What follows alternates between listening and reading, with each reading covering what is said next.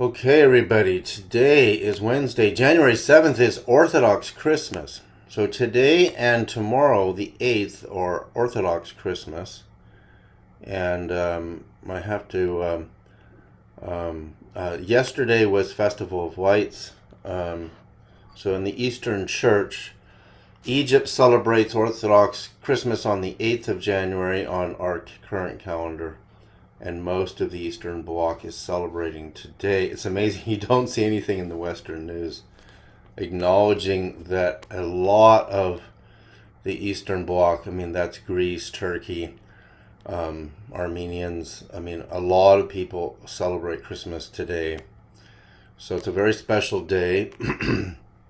Earlier this week, and again, right now I'm running the new frequencies of the 9 planets of the angels, which I discovered when I measured a sacred cubit, which is longer than a royal cubit staff, and I calculated the frequency, and I did all my octaves and my phi golden ratio octaves, and I could see all the planets, because I know their frequencies, I have them all mapped, and there they were, including the frequencies of the 9 angelic planets in between. And I went, oh my God. It's the sacred cubit, which is a different cubit than the royal cubit. So you have 3 cubits. You have your standard cubit for the common builder. Then you have the royal cubit. And then you have the sacred cubit. So and then, of course, over hundreds to thousands of years of periods of time, more cubits in different cultures were defined very slightly differently. So now everybody in the inner circle, today I gave everybody the new frequencies of the 9 planets of the angels. And that's what I've been running here. So earlier this week, my daughter saw this plasma ball of light, as big as a small child, in the kitchen, visibly on a scale, she said, of 1 to 10. It was a 4, 10 being as bright as the sun, which is intensely bright. And earlier this week, Annette and I were in a webinar, and I've never seen anything like this, only one other time in my life, with my eyes open. This very bright light, like Annette just said, it had form. It was a sphere about this big, came in through this back window, flew around my studio, and then it went right around my head. And that's when I saw it with my own eyes. It was like a really soft, really peaceful, but very intelligent.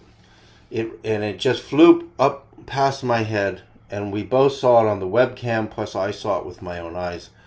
And it reminds me of the plasma spheres that were videotaped making crop circles. And I think it's because of the system I'm doing now. Again, I've got my coils on a giant cedar tree down the hill with 300 feet of wire running into my office, and I built a network of wires connecting to several trees. I had to dig a pipe on my lower road and connect wires to this mother of a tree. This thing is huge. I mean, if I hug the tree, I can't even span the base of it because it's so huge. And it just towers up into the sky. So I'm using these trees as antennas. And again, we've talked about this because of the huge power outage and the lightning flash. I think I'm plugging into the mycelium network, and I'm transmitting, and I'm opening up this energy portal. Also, last summer when I started this in the very beginning, fire trucks were called. They thought there was a fire in the forest down below me where my tree is plugged in. And they were going around in flashlights for 2 hours trying to find the fire, which was actually just one of these plasma intelligent beings that again are connected to the elemental, the trees. And I think the frequencies have, signaled them to come out and play. Let's just say that. So anyway, this week we're going way, way deeper into the next part of the mystery of who Magdalene and Isa, Jesus, Yeshua really are.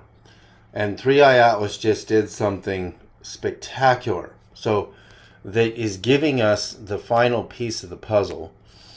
And this is going to be really big. And again, I'm not drawing 100% conclusions. All I can see now is because last week we saw the enormous connection to the Giza pyramids, and that Jesus identifies himself as the missing chief stone, capstone, not the corner, which is a huge mistake in the translation from the Greek to the English. And at the capstone peak, at the time of his birth, the 3 stars of Orion were floating at their upper inclination point above the capstone. So again, the stars of Orion are identified as the god Osiris, the husband to Isis. So I've been reading this book, which is Isis in the Ancient World by R.E. Witt. The book is blowing my mind. And before we go into this huge, really iconoclastic information about the birth of Christ, because today is Orthodox Christmas, and today 3i Atlas is at resurrection angle to Earth. We're going to look at that too. So I'm going to share screen. I'm going to go to my Photoshop and first show you this. This is in the book that I'm reading. And this is, I was not aware of the vastness of the network of the places where temples and statues of the goddess Isis were in the just before Christianity is born. Remember, Christianity is not born for most of these territories, even at the point of the crucifixion of Christ. It took time to spread. You can see down here in the lower right, Memphis, Alexandria. This is Egypt, and the worship to the goddess Isis and her temples and Hathor and Osiris are extant. They're very evident. But here you can see, and this is getting into the Palestine up here, and then you get into Tarsus, which is where, again, the Apostle Paul was preaching. All of these places where you see dots in lower Turkey and the Mediterranean, and especially in the Greco-Roman world. Because remember, it was the Greeks who first invaded and conquered Egypt under Alexander the Great in the 3rd, 4th century BC. And you think this conquering means they're going to come in and wipe out their spiritual beliefs, their religions, and they don't. What I learned in this book is they're so in love with Isis, and they're so in love with the idea of sharing knowledge. Can you believe that? Actually sharing knowledge instead of killing each other and destroying knowledge. The Greeks actually absorb the characters in the Egyptian pantheon of gods and goddesses into their own understanding because they're trying to learn from them. And this is setting the stage for the arrival of the new messianic figure, which is really the Christ and the Magdalene in the Greek understanding, because Christ, of course, is a Greek word meaning Messiah. So when you see all these little dots in Athens, in Greece, this is because when they understood who Isis was, they revered her as a very extremely high being. So the divine feminine was so well received. In fact, you could really say it was more powerful for them than their chief male gods. So of course the Greeks and the Romans share the chief god, Jupiter, Zeus, one and the same. And then you see here in Rome, in this area around Rome, in fact including the catacombs, which are the caves and early temples that preceded the arrival of Christianity into Italy, there are just an enormous number of excavated sites with small shrines and temples to the goddess Isis. And you go way up into here, you're getting way up into Europe and way over here in what we now call, this is Portugal right here, Spain, all the way up even into France and even Germany. And again, all these sites are well documented. So why is it when Christianity finally arrives, all of this is conquered? And what you're about to see, I mean, this is going to give you a little bit of a preface to understand what you're about to see is really going to change our view of what's actually happening. So let me just show you.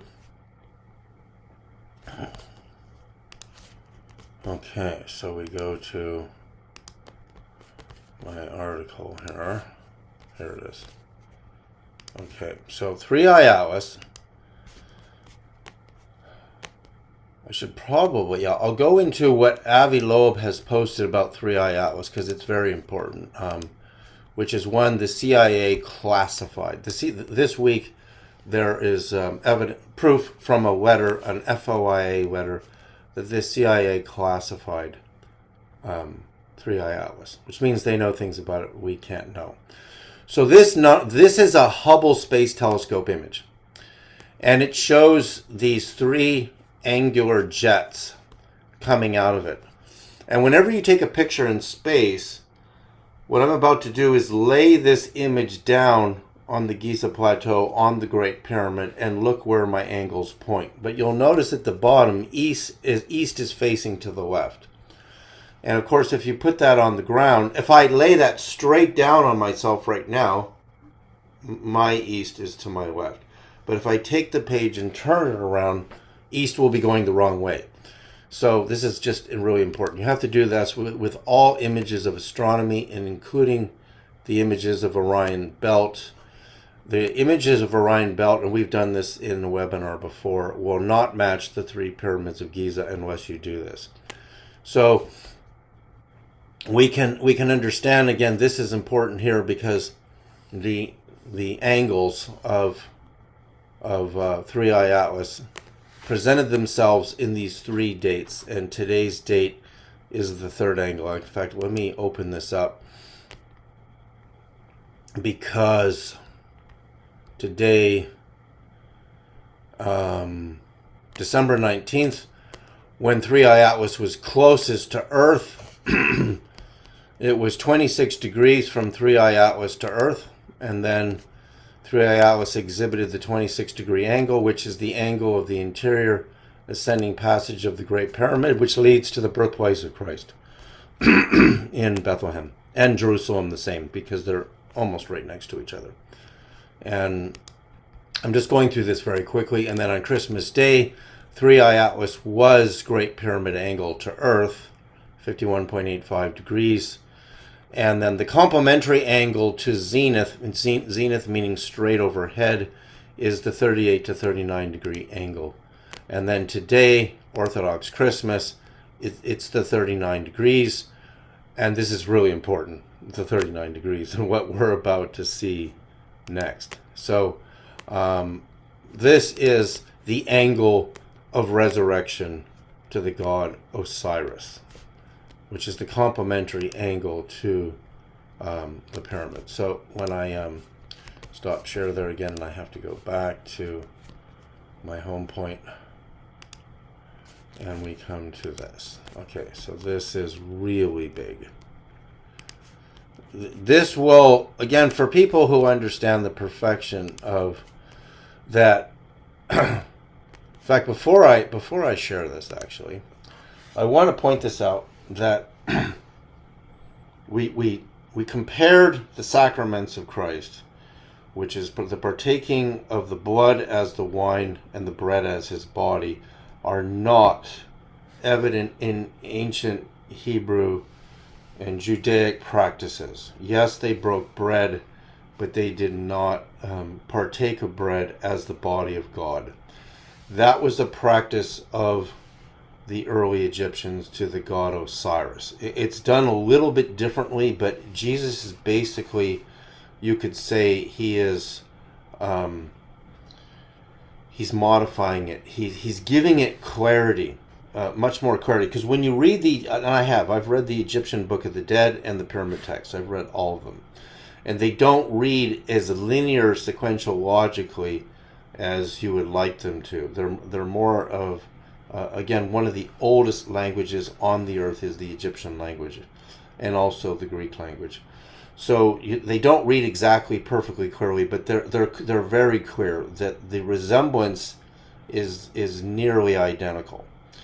But now when you come to baptism, I really wanted to research this week, because in this book, which is a scholastic book of the goddess Isis, the subject of the baptism, becomes very clear. So I decided to research it more. No. So when you look at John the Baptist, he's the one baptizing people. And you kind of see him as a temple Jew, and he's doing this ritual that the priests of for example, the Solomonic priest in the temple of Solomon in the Holy of Holies, the temple priests have to follow a code of ethics where, one, they're not perfectly celibate. Nobody can be perfectly celibate. They can only enter the temple area and get close to the temple after a period of for a male, seminal emission for an amount of time that is difficult for a normal person to attain. And so if they've had a seminal emission, a sexual emission, then they're not allowed to approach the temple they can't even approach the temple grounds for 3 days. But that's the far reaches of the grounds. They have to be purified much longer to get near the temple. But there's no such thing as permanent celibacy. That's myth number one. The temple priest in the early Hebrew tradition washes their body 3 times a day. When you compare that to the Egyptian priests, they do the same thing. They wash their body 3 times a day. The rituals are identical. But what's more amazing is the ritual of baptism for a subject to be purified and put on the path does not exist in the Jewish tradition. In fact, it doesn't exist anywhere. If you go to your earlier biblical prophets, you'll only see the priest doing the washing of the body 3 times a day, among many, many other complex rituals that take the priest a full day to complete all the different rituals. Among them is astronomy. A temple priest in Egypt has to be a master of the stars and the planets. And so you would assume it would be the same for the early Hebrew as well. Where this difference comes of the sudden use of baptism is an Egyptian practice, not a Jewish practice. So what John the Baptist is doing doesn't have any roots in the Jewish practice of washing subjects. That was something that was exclusive to the priest in a river, not in a font, not in a bath, like a stone bath. And this gets really incredible, because the idea of the Spirit being in the water and the water being a ritual, again, is an early Egyptian practice in the river. So when John the Baptist is baptizing people in a river, not doing some type of an anointing of water in a bath, which is only what priests do, and offering it to public persons, is an early Egyptian practice. So this gets really interesting, because there's another practice which is John actually says in the Gospels that Jesus is going to be baptizing with fire, which is the chrism. And the chrism, traditionally in the Catholic churches and even the Orthodox churches, is an olive oil that is highly blessed, that's placed on subjects by touching. So these practices are not Jewish practices. They are Egyptian. So when we see what we're about to see, it's really just going to fulfill all of this. That Jesus is a new reformation of the god Osiris and Mary Magdalene Isis. So when 3i Atlas does this, and I place this down, so what I do is I go to SunCalc, and I go to the date on the current calendar for Sirius heliacal rising, which is the 3rd of August at Giza, meaning the pyramids. The further you go north, again, we've shown earlier how that date changes. When we got to the Magdalene Temple, on the current calendar, it is August the 6th, right? But the setting sun angle here that I measured is important because the setting sun angle, of course, is not 26 degrees on the 3rd of August, is what's important. Because when I overlay the jets of Atlas, and I see how my east is now facing east, this jet runs right through the setting sun of August 3rd. This is Sirius heliacal rising, and this is the goddess Isis, right? We know Isis is the star Sirius, known as Sothis in the Egyptian language. She is the goddess of the star. The other jet runs right through Bethlehem and Jerusalem, respectively. This is 26 degrees. All I've done is I've taken 3i atlases. This image was taken by the Hubble telescope on the 30th of November, 2025.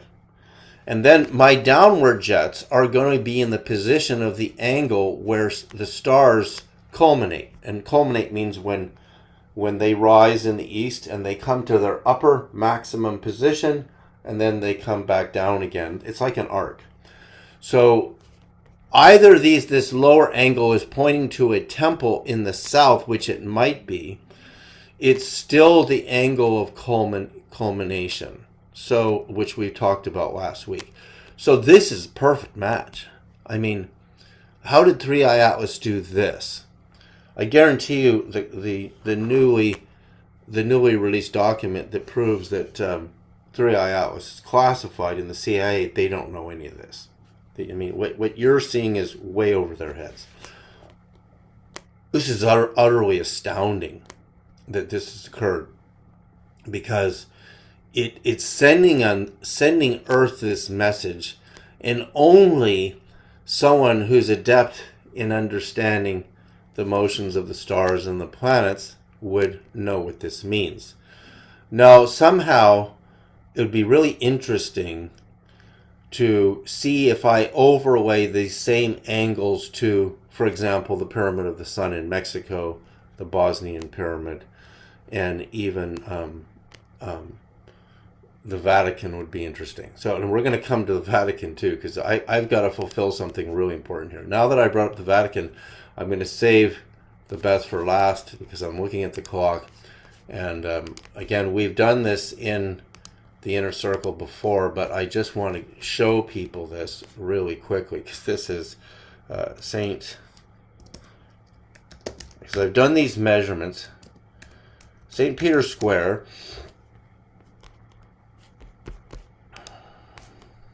Here it is. Okay. I did this week.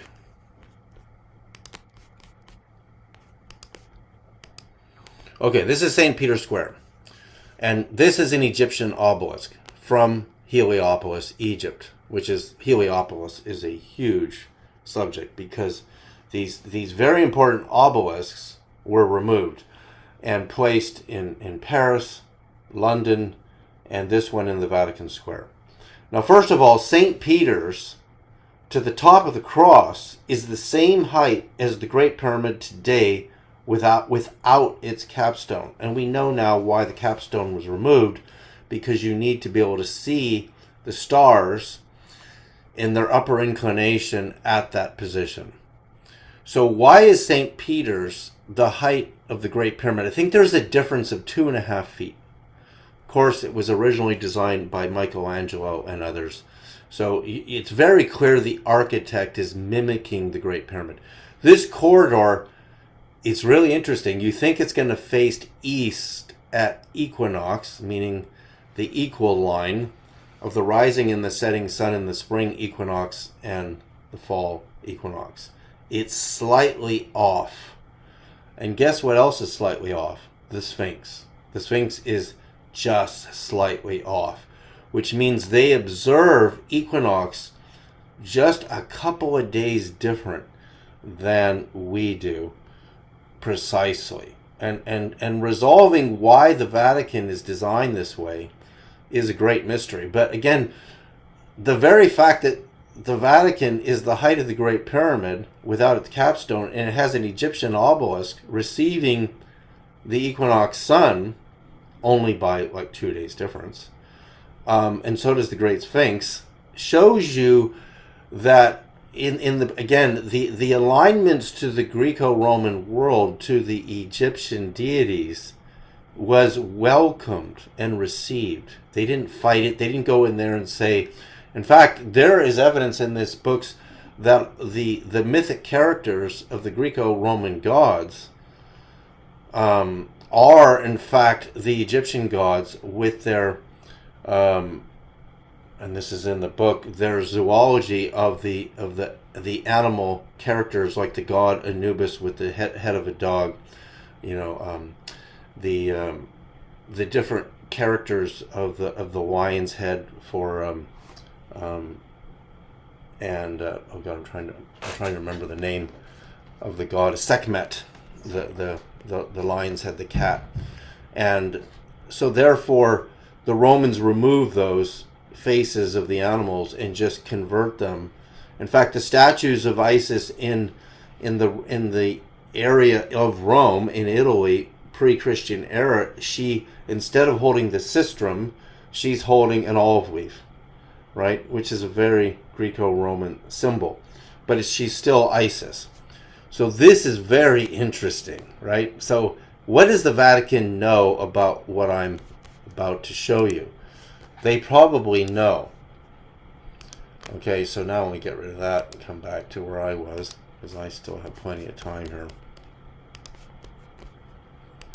Okay, so when we come to here we are. So, I mean, I think this image here, again, it's just super clarifying. So previously we had the 26-degree angle, again, which is the interior angle of the ascension and descending passage inside the Great Pyramid.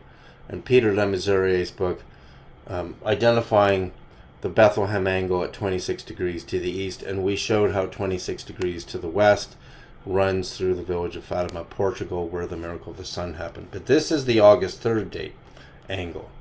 It's kind of like a sundial clock in a way. I'm showing from this location where the sun sets. So the sun sets on Sirius heliacal rising on our current calendar here at this angle. So that means everything. That means this message is all about Sirius and Orion, and an absolute clarification that we missed. So when we come down here, we remember that when I compare the summer solstice to the winter solstice, the rising and setting angles produce the angle of the Great Pyramid itself when I compare the two of them together on the solstices. So any other date, these angles change. This is what I mean about like my sun clock. But when I come here, so I want to show again, this is a great diagram of what culmination looks like. Upper culmination means you're sitting here on the horizon. You're seeing the star rising in the east, coming to its upper culmination, which is the angle that we're measuring. And the god Osiris here with his phallus at Great Pyramid angle, and his back is laying at 39 degrees. I mean, give or take, obviously the accuracy, this can be between 38 and 39 degrees, which you're barely going to see with a human eye. You need a sextant to see a difference, a precise difference between, because there's actually 3,600 arc seconds in 1 degree. So you would never see that in a papyrus, but we know that the god Osiris, is at 39 degrees. So what happens here is that, knowing that Jesus is born in 4 to 3 BCE, right, we can see where the star Sirius is going to be, where it's going to be at his birth. And we could argue this is another case for what was the Star of Bethlehem, because Sirius is the brightest star in the sky. I proposed earlier that the famous Star of Bethlehem is actually planet 139, which caused the miracle of the sun at Fatima. But I think there's a lot at play at the birth of Christ. But what I'm about to show you is going to be the iconoclastic proof, because if we look at the culmination angle at Giza, at the Great Pyramid, the year he's born. In fact, this angle will hold for, I mean, it's only moving a tiny, you can't even see it, right? It culminates at 39 degrees of the birth of Christ. 39 degrees at the pyramid. So he's born just north of that, and we're going to go into that. So what does this mean? Because the difference at Bethlehem is a shaving. It's just a shaving, but it's still between my my 38 and 39 degrees where I want it to be. So that means that his birth and where he's born, which again it's still Egyptian territory.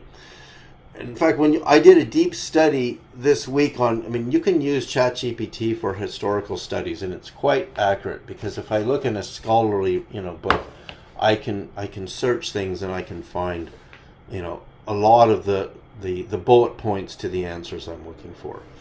So yes, the area of what we now call the Palestine was Egypt at the time of Moses.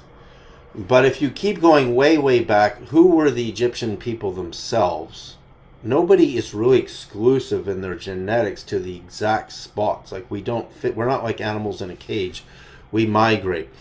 So there were a lot of pre-Christian religions. So, for example, Zoroastrianism, in Iran and the Middle East, Zarathustra, Ahura Mazda. There were a lot of different gods and goddess based religions that were flowing in and out of the area we now call the Palestine. In fact, the current Palestinian people in DNA studies show some of them have as much as 38% Egyptian DNA in them today. So to say that where Jesus is born is the idea of it being the Palestine, well, it's correct and it's not correct, because that was Egypt. And then when the Romans occupied it, which is during the time of Christ, it's a Roman-occupied Egypt. But to my astonishment, in this book, they are really more welcoming. They're more interested in sharing knowledge than beating people, even though the Romans did crucify Jews by the tens of thousands. And that's in a new book that I just read by James Tabor on the Mother of Christ. So they are conquering the territory, and they are absorbing the knowledge and the information and sharing it in their own understanding of the pre-Christian world, which is really the goddess Isis, which was already absorbed in the Greco-Roman world, mythologically. So when we see Jesus, Isa, Yeshua, being born with Sirius at culmination at the angle of resurrection to Osiris, and we see that, again, Mary Magdalene's, the Magdala temple, observing Sirius heliacal rising on Mary Magdalene's day of July 22nd, because in 3 BCE, Sirius heliacal rising was July 19th at Giza. Today, it's August the 3rd. And that's just because of the way our calendars work. They drift. So that means Jesus is the fulfillment of the reincarnation of the Egyptian god Osiris. The fulfillment. So he's still Jesus. He's still Isa. He's still Yeshua. But he is a reformation of the chief of the heavens, if you will. And the stars that form at the apex of the Great Pyramid, which are the belt stars of Orion, are when he says he is the missing capstone. He's basically telling you in a symbolic language. Remember, Jesus didn't speak in linear sequential logic. He spoke in parables. And that's one of the things that makes Christianity so difficult in identifying its origins. And the closer you get to the origins of Christianity, the very beginning of it, the very beginning of Christianity takes place in Egypt. Because the Archangel Gabriel then tells his parents to take the child into Lower Egypt, would be correct. Taking him in, yeah, you could say it's Egypt now because but the Romans have conquered the whole thing.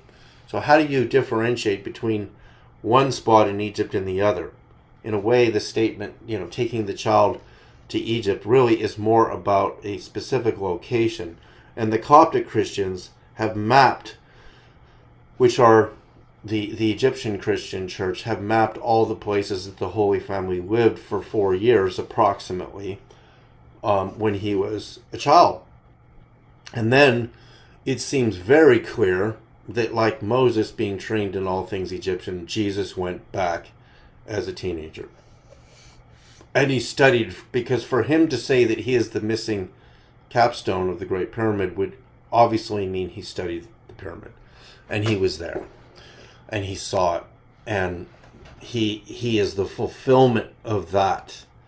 And that is the real birthplace of Christianity, is really Egypt under Roman occupation.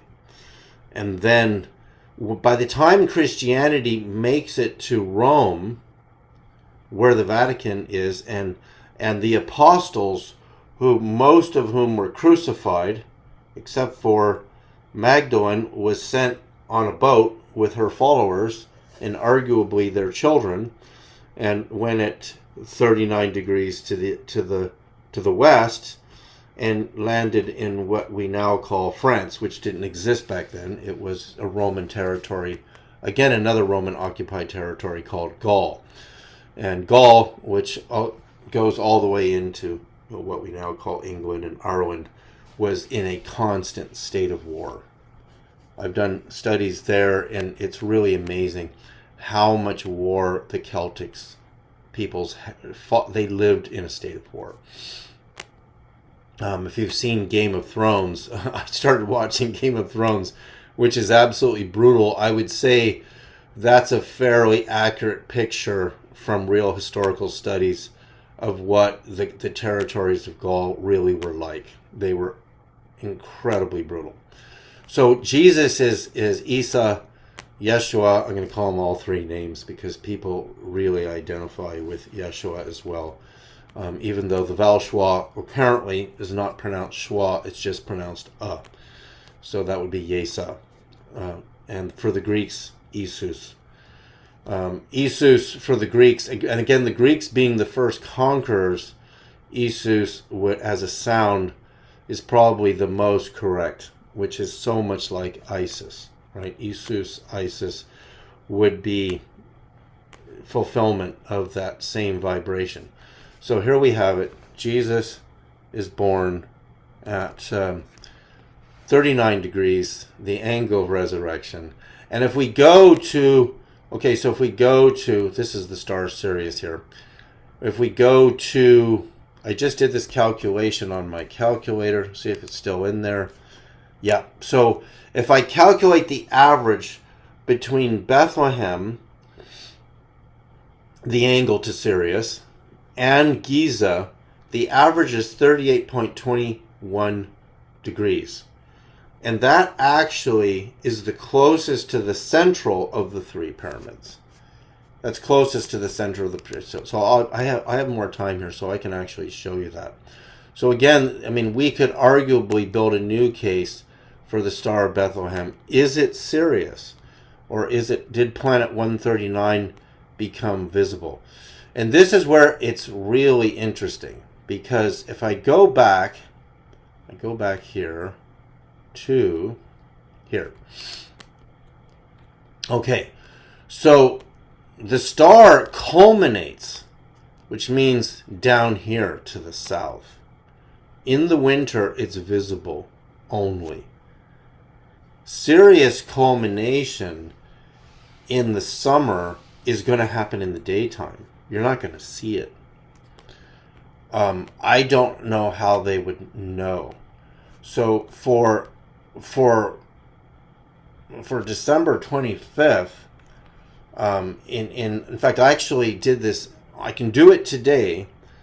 What is the time of day and at night that in winter solstice period that Sirius culminates? But it's at 39 degrees down here, right? So Sirius is rising way down here and culminating way down here.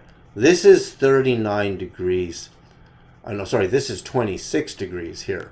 The 39 degrees angle up here, in fact, I should fulfill this, so I can do a stop share. I have to go to my,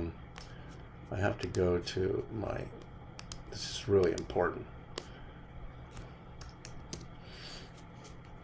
Because it looks like the matrix of angles of 26 degrees, and all of it is way more, far more advanced. And my level of understanding 26 degrees is now super advanced, and it would be really difficult to present everything I know about the angles. So now we look at the idea.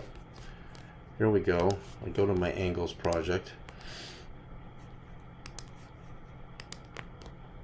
So when to say that Jesus is born, Isa is born, Yeshua is born when Sirius culminates at 39 degrees, to a viewer, and you're up in the sky and you're Sirius looking down, you're a little bit to the south, and the angle of 39 degrees is sloping this way into the pyramids. But the angle of 39 degrees of rising in the east that aligns with the Magdala Temple and the Zaytun Church, this is where we're probably going to go next week, which is looking for the Stargate, where these apparitions of the Mother Mary, arguably, because she might actually be Isis, we don't really know, that were visible to millions of people and photographed, those apparitions were proven not to be from some type of holographic projection. So those are on the 39 degree line. But notice this 39 degree line, which runs to the Magdala Temple, where Jesus appeared in his resurrected body 3 times at the Sea of Galilee here, is to the north quadrant at 39 degrees.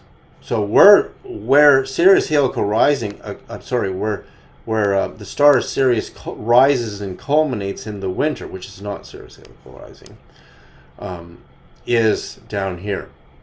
So Sirius helical rising is more right on the eastern line where the sun rises in the summer. But again, the summer rising sun in July is not 26 degrees. It's somewhere down in here, right? This is 26 degrees Bethlehem, Jerusalem, respectively.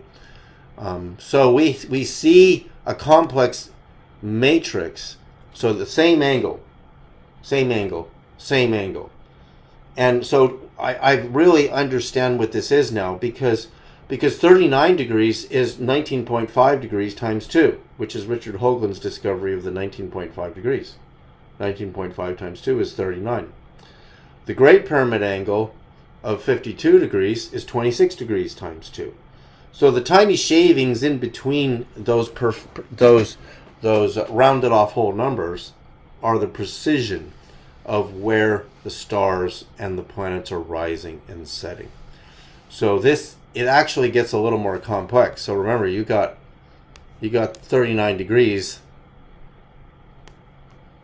Something is rising at 39 degrees to the north quadrant in the sky and setting at 39 degrees to the west, because the setting angle to the west here of the 39 degrees ran us through Mary Magdalene's boat, landed in France at 39 degrees, and if I take the 39 degree angle all the way around the planet and I just keep going and going, I ended up at the Pyramid of the Sun in Mexico here, It's a big planet. You know, it takes a while to get around it here. I ended up at the Pyramid of the Sun in Mexico here, and also Tepeyac Hill, where the resurrected mother appeared to Juan Diego. December 12, 1531 was winter solstice. So that's how much since 1531 our winter solstice is now December 21st, 22nd. So we really have the answer to what the 39-degree angle means. We now know what it means. Sirius culminates at 39 degrees at the birth of Christ, the new Messiah. So, and this angle is reflective of the star Sirius. So, wow. This changes our whole view of the Christian world today. It changes the whole view. So with that, we have more of a complete understanding of why the Romans Catholics build their church in a they're really fulfilling Isaiah chapter 19's prophecy that they build their church at the height of the Great Pyramid, and they literally take a obelisk. This is where the obelisks were taken from. So if we zoom all the way into Cairo, here where the Great Pyramid is, way into Cairo here, here's the Great Pyramid. Here, the three pyramids, which are the three stars of Orion. That I clearly see now is really real. It's just that Robert Bauval forgot to flip them. But when you come into where Heliopolis was, see, here's the Zaytun Church. And again, we're going to go into this really big next week, because I believe there's still an active Stargate somewhere in here. And Annette knows a lot about this. She sent me a lot of research to do from her life's work. And so when you look for where was Heliopolis, it's somewhere in here. I've got other maps of Heliopolis. So Heliopolis is now overrun. It's been built on top of. There's really only one standing original obelisk there today. They've been plucked out of the ground and placed all over the world. And those obelisks, remember, a standing monopole is an antenna. And based on its height, I can know its frequencies.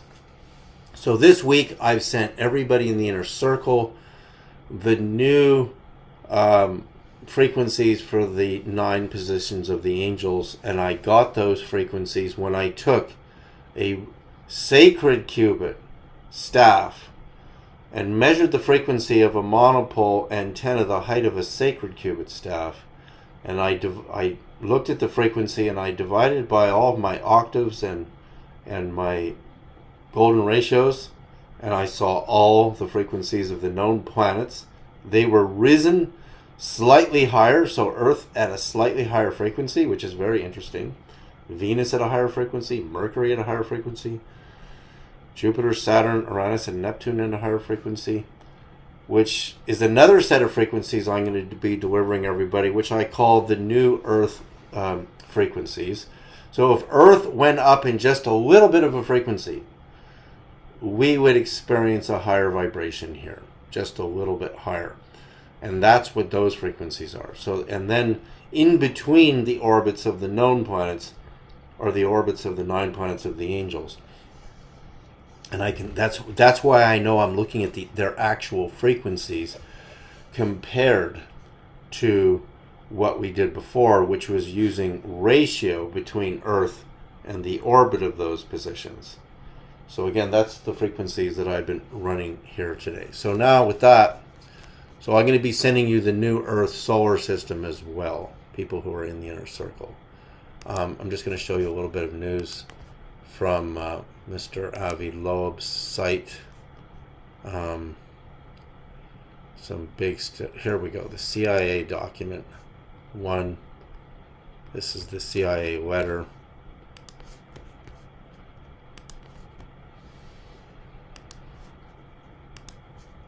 This is the letter from the CIA right here. So let me just zoom in on this.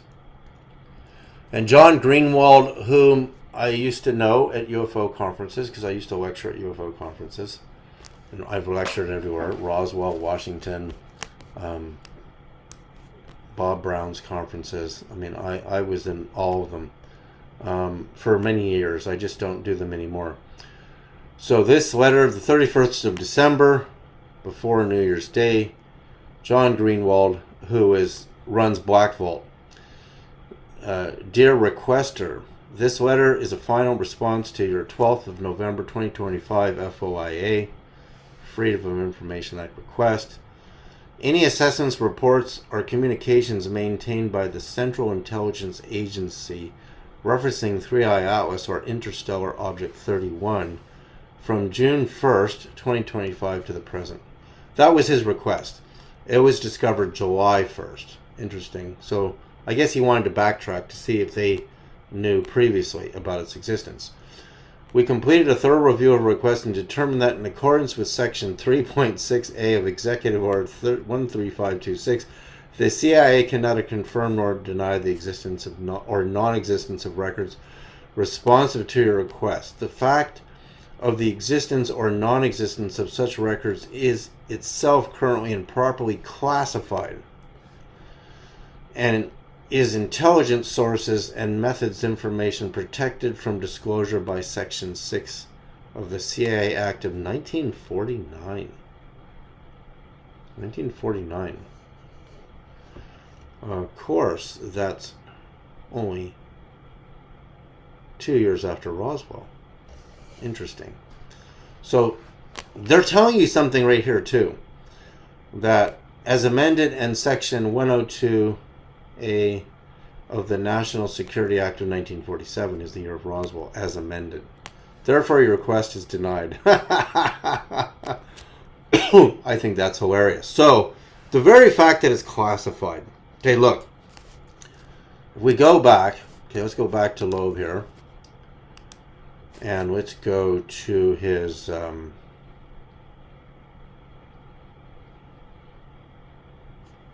let's go to this. Okay, so this is where I got the image of the overlay. There's actually two images. I have to overlay the second image. So this image here, notice is taken the 30th of November.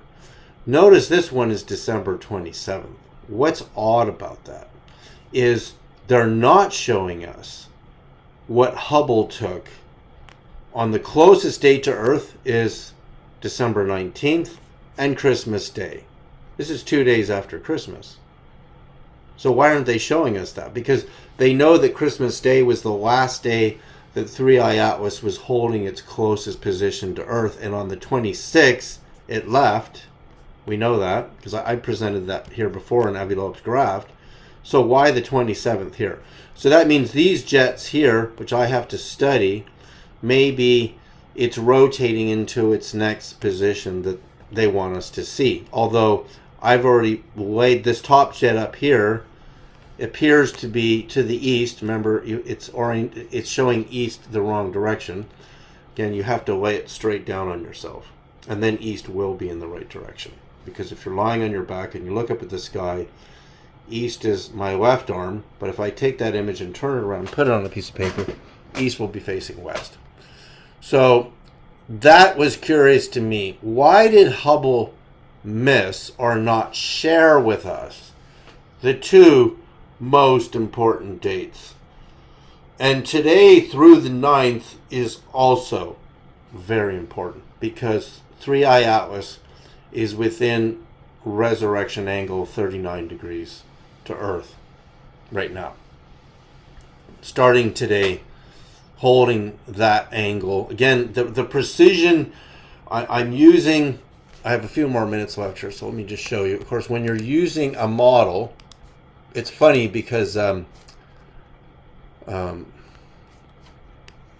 somebody argued, he's quite a famous person, that my angles can't be correct because I'm using this model. So this model is so accurate. It's all of its data comes from NASA JPL, right? So this is where I would say my accuracy here is 99%, 98 to 99%. So when I'm drawing an angle, I take 3i Atlas's trajectory and I draw an angle. And yes, you can use a protractor because they are accurate. They don't just make up angles. But placing my accuracy at 99% is fair. But that doesn't matter. It doesn't. There is no such thing as 100%. We know that in the study on the angles of the 3 pyramids at Giza, they're all slightly different angles, and that's because what they're looking for in the heavens, due to proper motion and the precession of the equinoxes, the 26,000-year cycle, the view is always changing. The stars are always moving in their positions. They don't hold fixed over thousands of years. So that's why right now, today, as the star Rigel is at the peak of the missing capstone of the Great Pyramidic culmination, its absolute perfection is in 2031, in March. I mean, right down to perfection of 1,000 razor blade heads is going to be that perfect in mid-March. And again, 3i Atlas is going to be at its closest position this year in the 16th of March, which is where we're all focused now on 3i Atlas is Jupiter. It's all Jupiter. But remember, I've got to show us this. So let's go to our current date. I forgot. December, January. Okay, look, here we are. So if we go and we look, there's Jupiter, 3i Atlas. What do we have? Earth, the Sun, Venus, and Mars in alignment to Jupiter. Jupiter is just slightly to the right. Here's 3i Atlas. So we have an alignment that's starting today. See, January 8th. That's tomorrow. Still holding the alignment. This is a very powerful window. This is a time to be looking at 3i Atlas, because 3i Atlas is headed to Jupiter. January, February, March the 16th. You see, this is its closest position to Jupiter, right there. And then, but it hasn't crossed the orbit of Jupiter yet. It's its closest distance to Jupiter. And this is when the NASA Juno spacecraft is supposed to get pictures of it again. Remember, at Mars, we were given foggy, cloudy pictures of it. So now that we know that it's classified in the CIA, just the very fact that you have to classify a supposed comet. And now Loeb's newest news also, that the anti-tail is way too huge, way too long to be a comet. And according to the physics, there must be some type of super turbojet engine that has massive, unimaginable thrust to produce a tail, an anti-tail against the pressure of the solar wind that long. So we already know it's not a comet. And then space.com goes and publishes yesterday that NASA decided that it's just a comet. And they don't even give you a proper explanation. So the masses are brainwashed. There's no question the masses are brainwashed. But I think the CIA letter, the anti-tail being way too long, and the amount of power and thrust it would take to produce a tail that long, it implies a technology we can't even fathom. We can't even fathom it. So with that, have a great day, everybody. We'll see you next time. And